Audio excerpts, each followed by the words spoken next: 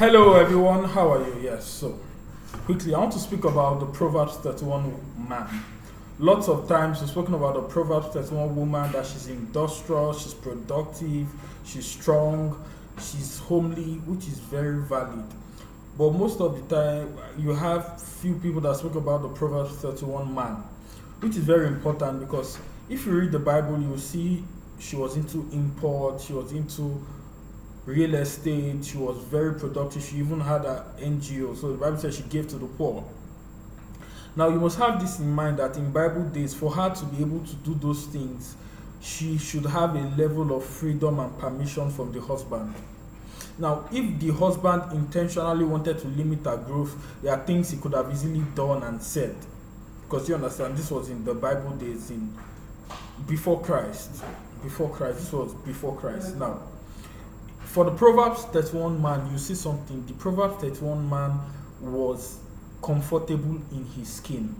There's a very high probability that the Proverbs 31 woman was far wealthier than the Proverbs 31 man. There's a very high probability that happened. Now, you being a Proverbs 31 man simply means that you are comfortable with a successful woman. Now, let's look at the leadership template of Jesus, because scripturally, as a man, you are the head of the home. Forget the whole, lots of people saying no, that there's no structure. The man is the head of the home.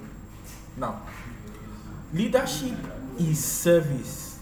Leadership is bringing out the best in every one of your team members.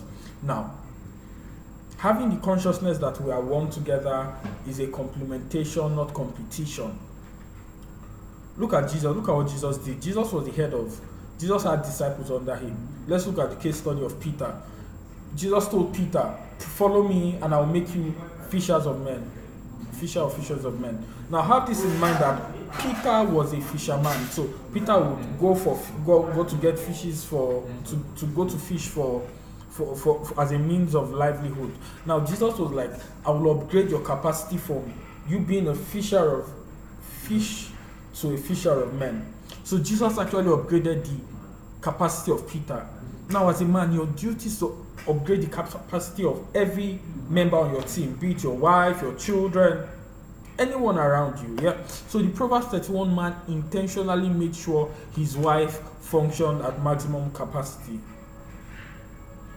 Secondly, the Bible says the man called her blessed, his children, the woman's children, and the husband calls her blessed.